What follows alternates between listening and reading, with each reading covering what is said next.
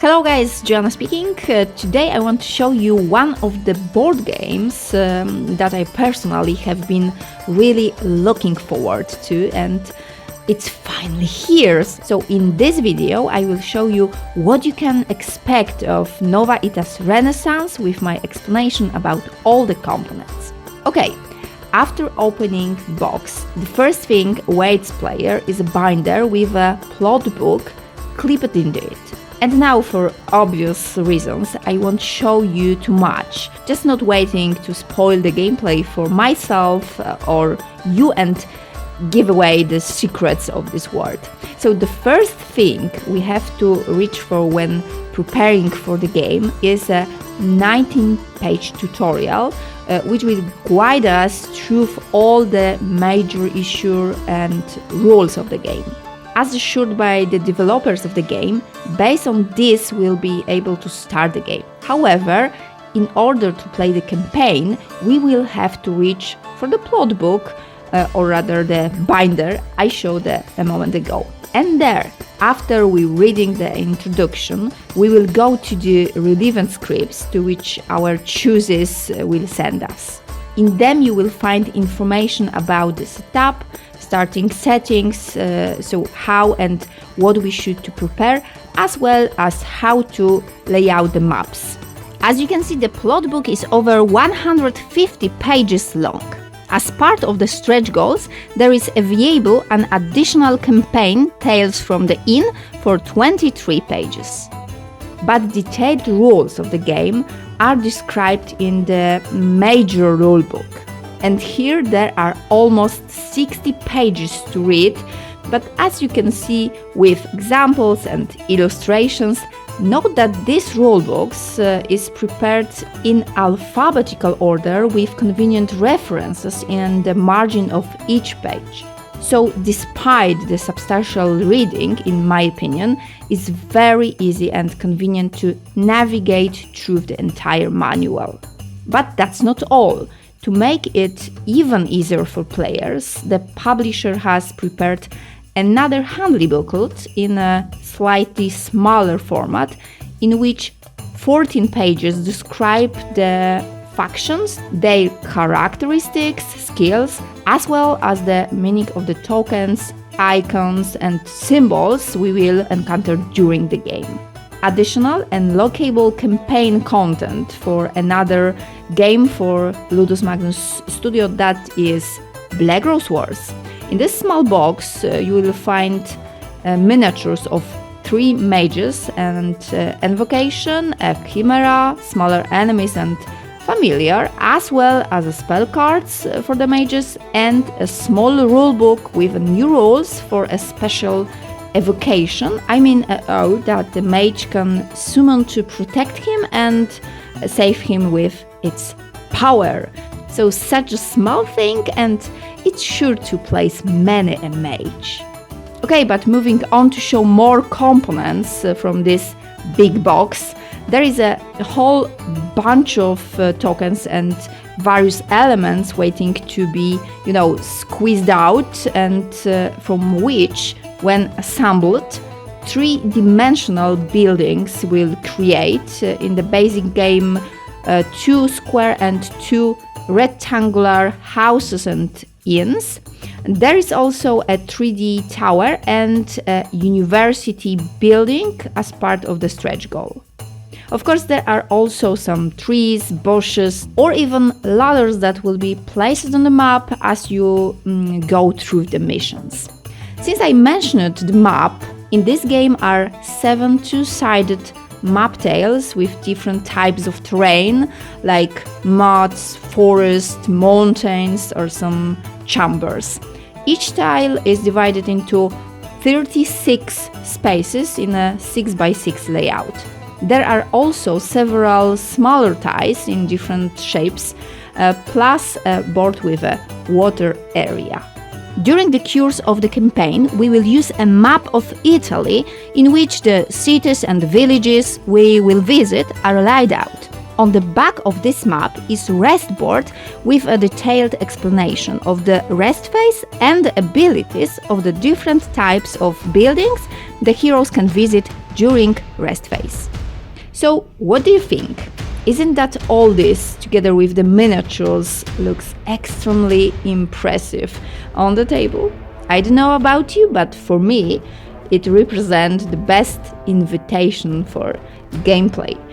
Since I said about miniatures, there are 2 trays of figurine waiting for players in this board game. Including stretch goals, there are 19 of them in total, 8 of which are hero miniatures. In the base game we have 4 characters: Squire Valerio, Apprentice Rebecca, Preacher Vincenzo and Slayer Sofia. The remaining 4 heroes are add-on content from stretch goals, so Assassin Altair, Bard Fatima, Alchemist Gregorio and Druid Agorix. The remaining miniatures are representative of 5 factions, so there is Rome, Venice, Monster and Mercenaries, Fauns and mythical creatures. So now just look at the butcher of the Faun faction. I think it's better not to get in his way. Just like the Inquisitor, who has his crucifix instead of muscles. Crucifix could be helpful in an encounter with this demonic priestess, tempting opponents with her charms. And that warrior centaur, doesn't he look great? So, staying in horses, check out this amazing horseman, a king from the Roman faction. Even more impressive is this bully with the ability to charge. And finally, just take a look at this spider woman, Arachne, a weaver brought back to life and turned into a spider by Athena. But now, back to the contents of this game. On the last level of the box, you will find hero boards with their special abilities. Each hero has a total of 4 double-sided boards with abilities, which, as the campaign progresses, he will acquire and place the right side inside the special opening hero boards. However, before getting caught up in the wild weirds of plot event and this dark universe, you need to reach for the 28 envelopes for mission cards and of course the mission cards themselves. Then, according to the number marking on the envelopes and on the reverse of the mission cards, sort the individual mission cards by putting them into the appropriate envelopes.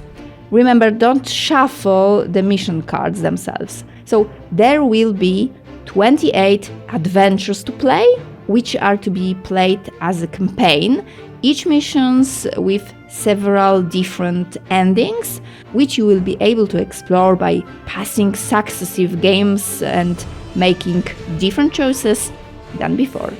Now briefly about all the cards in this game. Each character has starting equipment cards as well as advanced equipment cards. The base game has 24 characters' destiny cards. Next are enemy cards along with their statistics, their generic skills, their effects when attacking and the loot the hero will gain after defeating them.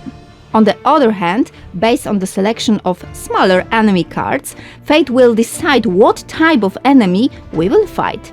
Enemy draft cards are also 18 in the game. In Nova Aetas Renaissance there are 36 reagent cards in 3 categories. Sometimes during the game we will be able to reach for reward cards and equip our hero with new items. The next category of cards is 36 achievement cards. There are also 4 companion cards in this board game. And the changing fortunes of our characters' adventures are described on event cards. Transformation cards are only 2, one for the ship and one for the reason. For that, cards of various types of wounds are 14 in the game, although it's generally better not to get them. And finally, there are 16 prey action cards each for a bear, Arachne and Chimera. These cards will be used when hunting these creatures. The additional content will include 12 Zodiac cards, which can be optionally attached to the heroes during the campaign gameplay. Nightmare cards and Divine Eyed cards will appear in the 5 and 6 player gameplay modes. And the new type of mission, exploration, use 3 faction cards, 25 scenic elements cards, cards with description of the abilities of individual buildings, the abilities of various gems and even trees, bushes, stones, etc. There are also event cards and 7 exploration cards. And at the end of today's unboxing, take a look at the custom dice. In the base game, we used 8 white key 8 dice. The numbers of them are used to determine whether a die has achieved successful during a test. Stretch goal introduces 3 fade dice, also K8. With the note icon of them, it can trigger certain effects of Fatima's hero skill. So in these board games waits players not only a huge number of beautiful components, but most importantly, in my opinion, an elaborate adventure. So for me, this game promises to be very interesting and I can't wait to check it out.